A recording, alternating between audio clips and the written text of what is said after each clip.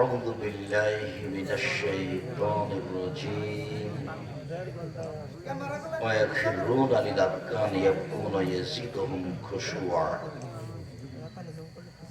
عن أبي هريرة رضي الله تعالى عنه قال قال رسول الله صلى الله عليه وسلم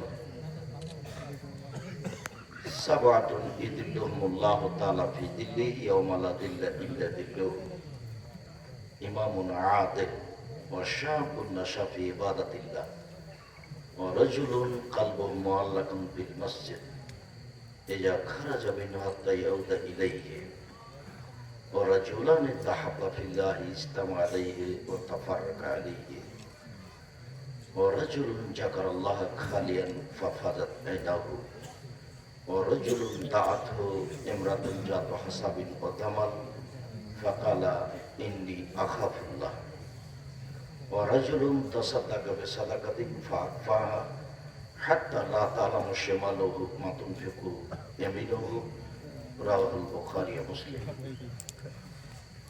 সম্মানিত উপস্থিতি, প্রশংসা আল্লাহর জন্য, শান্তি অবতীর্ণ হোক আল্লাহর রাসূলের উপর সাল্লাল্লাহু আলাইহি ওয়াসাল্লাম।